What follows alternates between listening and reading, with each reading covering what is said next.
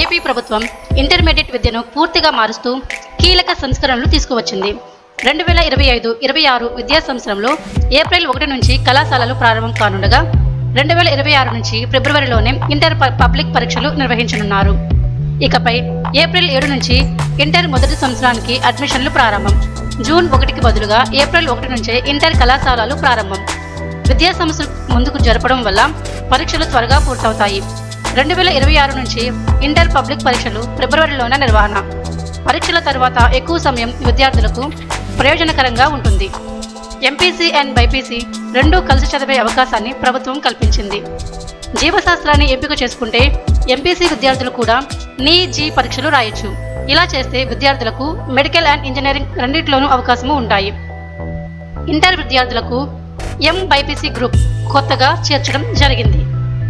గణితాన్ని ఏబీ పేపర్లుగా విభజించే విధానాన్ని రద్దు చేశారు.